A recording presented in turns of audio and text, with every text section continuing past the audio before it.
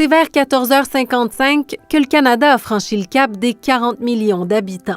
Il est très probable que cette personne, ce 40 millionième Canadien, soit un immigrant.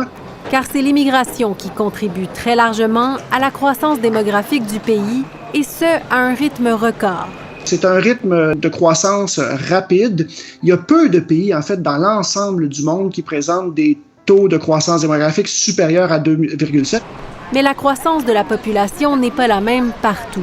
On voit bien qu'il y a des transformations considérables.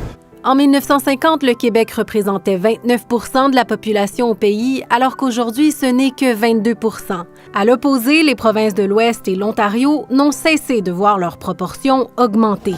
Depuis plus de 50 ans, l'Ontario accueille à peu près plus de la moitié des immigrants qui viennent s'installer au Canada.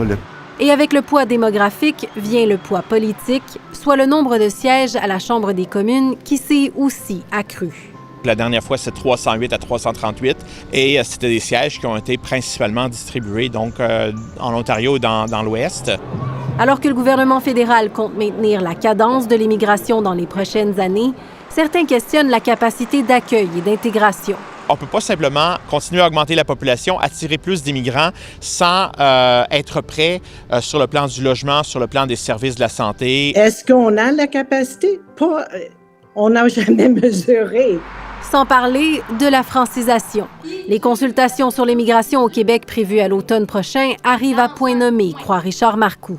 Il faut vraiment qu'on ait cette discussion-là, à savoir vers quoi on peut orienter en quelque sorte nos politiques de façon à pouvoir, maintenir le poids du Québec, puis en tout cas s'assurer du fait français. Parce qu'à l'échelle du pays, Statistique Canada prévoit que le prochain cap, celui des 50 millions d'habitants, sera franchi d'ici 20 ans.